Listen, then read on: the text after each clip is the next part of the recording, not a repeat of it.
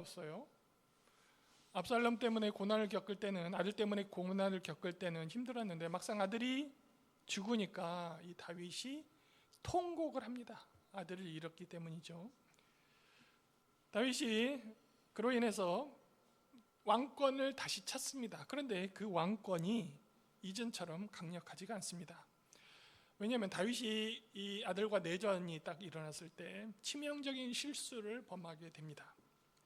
그로 인해서 권위를 많이 상실하는데, 실제로 그 다윗의 장군 요압이 이 판단하고 행동하지 않았다면 다윗이 죽임을 당하거나 백성들에게 버림을 받았을 거예요.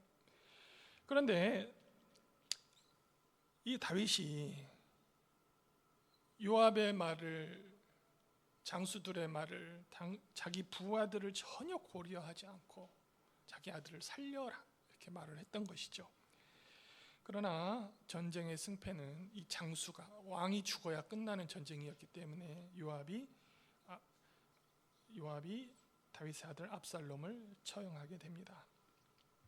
이제 그 적진의 장수 왕 압살롬이 죽었다는 소식이 다윗에게 전달되는 그런 소식 전령들의 메시지가 오늘 나오는데요. 먼저 사독의 아들 아히마스, 제사장입니다. 사독도 제사장인데 이 사독의 아들이 자기가 그 전쟁이 끝난 소식을 다윗 왕에게 보고하겠다고 요압 장군에게 말을 합니다. 이 아히마스는 이전에 어떤 그 다윗 그 예루살렘 궁궐에서 압살롬이 이제 계략을 짜잖아요. 아히도벨과 함께 계략을 짜가지고 다윗을 어떻게 공격할지 그 계략을 후세가 이 아히도벨에게 알려주고 아히도벨이 달려가서 다윗에게 전했던 인물입니다. 그 덕분에 다윗은 그 적군의 계략을 다 파악하고 무사히 요단강을 건너서 이 내전에서 유리한 고지를 독점하게 되죠. 바로 그 아히마스가 다윗에게 최종 승리를 알리려는 전령이 되고자 합니다.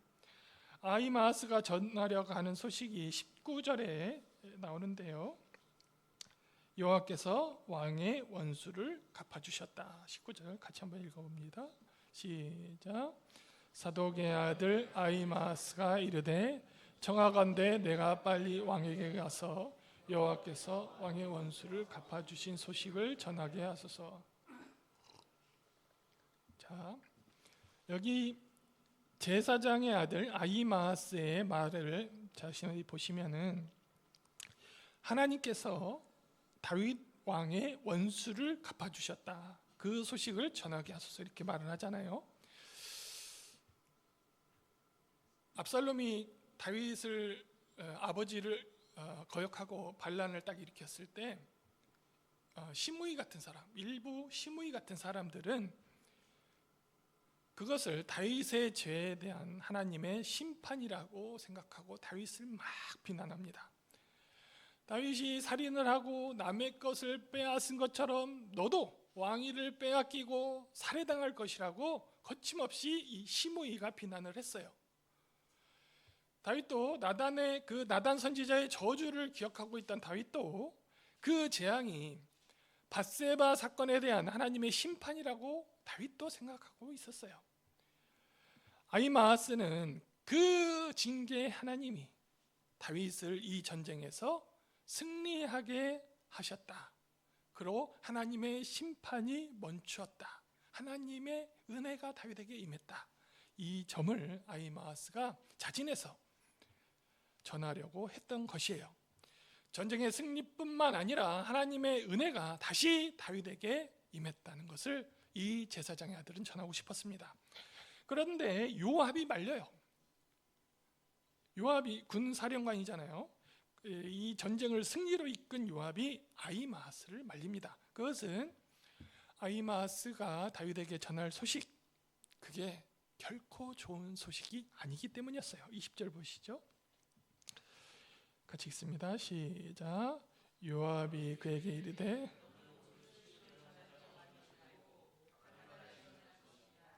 왕의 아들이 죽었나니 내가 오늘 소식을 전하지 못하리라. 아히마아스가 왕에게 이 승전보를 전하게 되면 필연적으로 왕의 아들이 죽었다는 내용을 전할 수밖에 없어요. 요압은 예전에 다윗과 야전에서부터 같이 이렇게 컸잖아요. 야전에서 다윗과 함께 수많은 전투를 치르면서 좋은 소식을 전한다고 믿고 다윗에게 메시지를 전하던 전령들이 오히려 다윗에게 죽임당하는 것을 여러 번 목격했어요. 아히마아스를 이 요압이 매우 아꼈는데, 아들처럼 아꼈는데, 요압은 그가 이로 인해서 목숨을 잃는 것을 원치 않았어요. 요압은 그래서 구스 사람, 이방인이거든요. 이방인에게 왕에게 가서 네가 본 것을 전하라 이렇게 말을 합니다. 네가 본 것을 전하라 말하면서 요압은 그 구스인에게 어떤 것을 전하라고 가르쳐 주질 않아요. 이전에 여러분, 요압이 다윗의 지시로 다윗의 장수 우리아를 죽인 일이 있었습니다. 그래서 우리아가 죽은 사건을 전령을 띄워서 다윗에게 보고하라고 할 때 요압은 전령에게 메시지의 구체적인 내용을 자기가 어떻게 해서 우리아를 죽이게 됐는지 상세하게 알려줘요, 전령에게. 근데 여기를 보니까 오늘은 이 구스 이방인에게 메시지를 전달하라고 지시하면서 그냥 본 것만 전해라 이렇게 말을 하죠. 그것은 메시지를 전달하는 책임이 이 이방인에게 있고 그에게 모든 책임을 전가하려는 의도입니다. 아울러 그 구스인은 압살롬을 누가 죽였는지 보지는 못했어요. 그 압살롬을 요압이 죽였잖아요. 따라서 다윗이 자기 아들을 누가 죽였는지를 물어본다면 그는 자기가 본 것만을 말해야 하기 때문에 구스인은 그것을 요압이라고 말할 수가 없었던 것이죠. 이처럼 간단해 보이는 전령 메시지이지만 그 명령 안에는 요압의 복잡한 계산이 다 반영되어 있었어요. 한편 요압이 구스인을 전령으로 보내자마자 그 제사장의 아들 아히마아스가 다시 요압을 찾아갑니다. 그리고 전령으로 나를 다시 보내달라고 요압을 조르죠. 23절입니다. 시작. 그가 한사코 달려가겠노라 하는지라 요압이 이르되 그리하라 하니 아히마아스가 들길로 달림질하여 구스 사람보다. 여기 보면은 아히마아스와 요압의 신랑이가 계속되었음을 보여줍니다. 그러면 여러분 이 대제사장의 아들 제사장 아히마아스가 왜 이미 구스인이 출발했는데도 불구하고 집요하게 요압에게 졸랐을까요? 눈치도 빠르고 발도 빠른 이 아히마아스 제사장의 아들은 다윗에게 하나님의 은혜를 전하고 싶었어요. 구스인에게 당부하는 요압을 보면서 아히마아스는 다윗에게 빨리 달려가 좋은 소식을 전하고 싶었습니다. 아히마아스는 빨리 달려가 구스인을 앞질러 버려요. 얼마나 발이 빠른지 자기보다 먼저 출발한 사람을 따라잡아요. 한편 다윗은 성문에 앉아서 전쟁의 소식을 기다리고 있습니다. 그리고 파수꾼이 2층에 올라가서 전령이 달려오는 것을 보고 있습니다. 그리고 24절을 보면 어떤 사람이 홀로 달려온다고 다윗에게 보고하는 장면이에요. 같이 있습니다. 때 시작.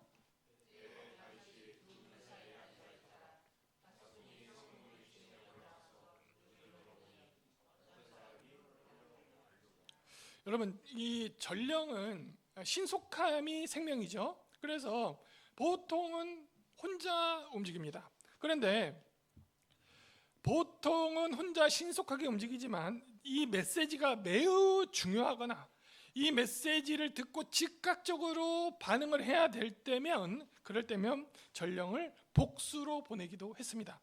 한 명이 죽더라도 다른 사람을 통해서 메시지가 전달될 수 있도록 하기 위함이었어요. 이전에 후세의 계략, 아이도벨의 계략을 후세가 다윗에게 전달할 때도 두 사람을 보냈잖아요. 아히마아스와 요나단, 이 두 사람이 함께 다윗에게 달려갔었습니다.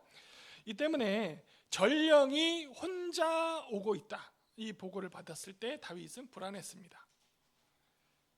정황상 다윗이 급하게 피해야 한다는 내용일 수도 있기 때문이었어요. 전쟁에서도 졌다는 내용일 수도 있기 때문이었어요.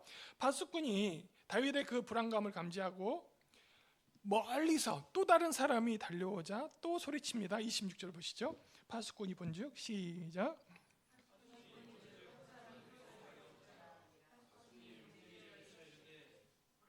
또 한 사람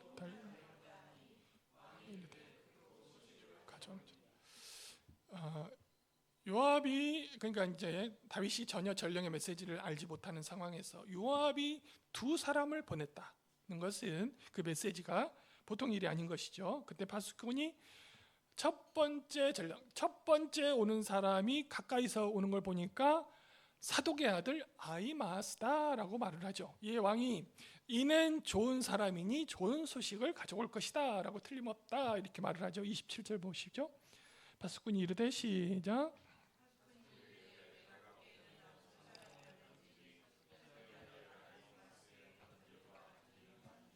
왕이 이르되 그는 좋은 사람이니 좋은 소식을 가져오는 줄. 다윗은 그 파수꾼이 좋은 사람인 것과 그가 전하는 소식이 좋을 것을 연관시키잖아요. 좋은 소식을 전하는 아히마아스, 큰 소리로 전령 보고를 합니다. 그는 소리를 질러서 왕께 문안을 하고 얼굴을 땅에 대고 절한 후에 다음과 같이 전쟁의 결과를 알립니다. 28절. 아히마아스가 외쳐 왕께 이르되 평강하시옵소서 하옵소서 하고 왕 앞에서 얼굴을 땅에 대고 절하며 이르되 왕의 하나님 여호와를 찬송하리로다. 그의 손을 들어 내 주 왕을 대적하는 자들을 넘겨 주셨나이다 하니, 그 넘겨 주셨나이다, 이 히브리어 동사는 다윗이 사울에게 승리했을 때, 다윗이 골리앗에게 승리했을 때 사용됐던 단어예요. 넘겨주셨다. 아히마아스의 승리 보고를 들은 다윗은 궁금한 게 따로 있죠. 압살롬에 대해서 묻습니다. 다윗의 질문은 압살롬이 무사할 것이라고 믿고 물어봅니다. 압살롬에 대한 다윗의 질문에 아히마아스가 거짓말을 해요. 29절 보시죠. 같이 읽습니다. 시작. 왕이 이르되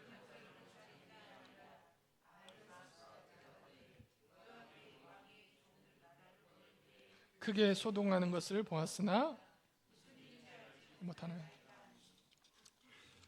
그가 본 것은 크게 소동하는 것이 전부고 구체적으로 그 소동이 무엇 때문에 일어났는지는 못한다, 모른다 이렇게 말을 하는데 이게 거짓말이죠. 그는 압살롬, 다윗의 아들의 운명에 대해서 정확히 알고 있었어요. 하지만 그는 다윗에게 나쁜 소식을 전하는 것을 뒤에 있는 전령에게 미룹니다. 왕도 뒤에 또 전령이 달려오고 있기 때문에 아히마아스를 추궁하는 대신 비켜 서 있어라 이렇게 말을 하죠. 31절 봅니다. 구스 사람이 이르러 말하되 내 주 왕께 아뢰 소식이 있나이다. 여호와께서 오늘 왕을 대적하던 모든 원수를 갚으셨나이다 하니, 구스인의 보고를 보면 아히마아스가 전한 내용과 차이가 없죠. 요압은 그에게 본 것을 말하라 하고 지시를 했었습니다. 여호와께서 오늘 왕을 대적하던 모든 원수를 갚으셨나이다, 이렇게 구체적인 표현을 사용합니다. 그는 단순히 승리가 아니라 그 승리의 의미까지 왕에게 전달하려고 시도하고 있습니다. 하지만 이미 아히마아스의 보고를 받은 다윗은 압살롬의 안부가 관심사항이었어요. 두 번째 전령이 압살롬에 대해서 알고 있을 것이라고 기대했던 다윗은 내 아들 압살롬이 무사한가라고 질문을 합니다. 이 질문에 대해서 구스인이 대답을 약간 얼버무리면서 하는데요. 32절 보시죠. 같이 있습니다. 시작. 왕이 구스 사람에게 묻되 젊은 압살롬은 잘 있느냐? 구스 사람이 대답하되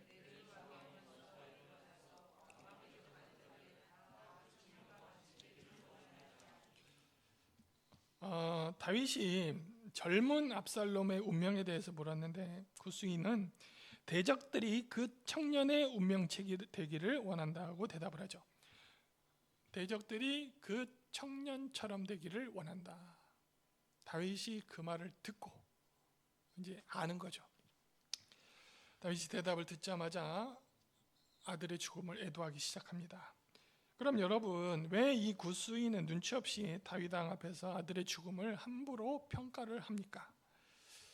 그가 이방인이기 때문에 그렇습니다. 성경에는 종종 이방인들이 이스라엘 고유의 습관에 대해서 크게 구애받지 않는 것으로 그리고 있어요.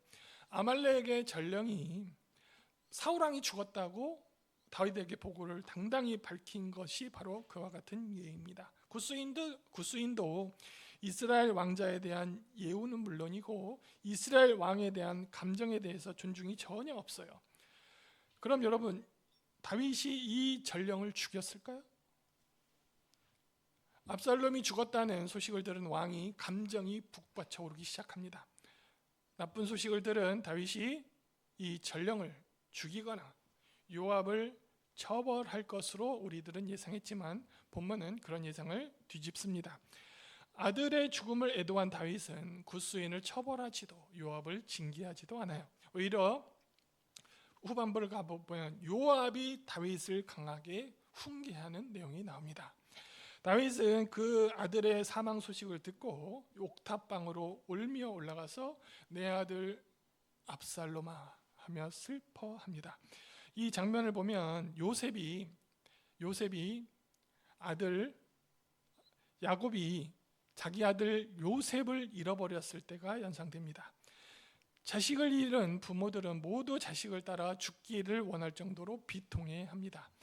다윗도 내가 너를 대신해 죽었더라면, 다윗의 슬픔을 표현하면서 그렇게 애통해하면서 옥탑방에서 시간을 보내고 있어요. 33절 보시죠. 시작. 왕의 마음이 심히 아파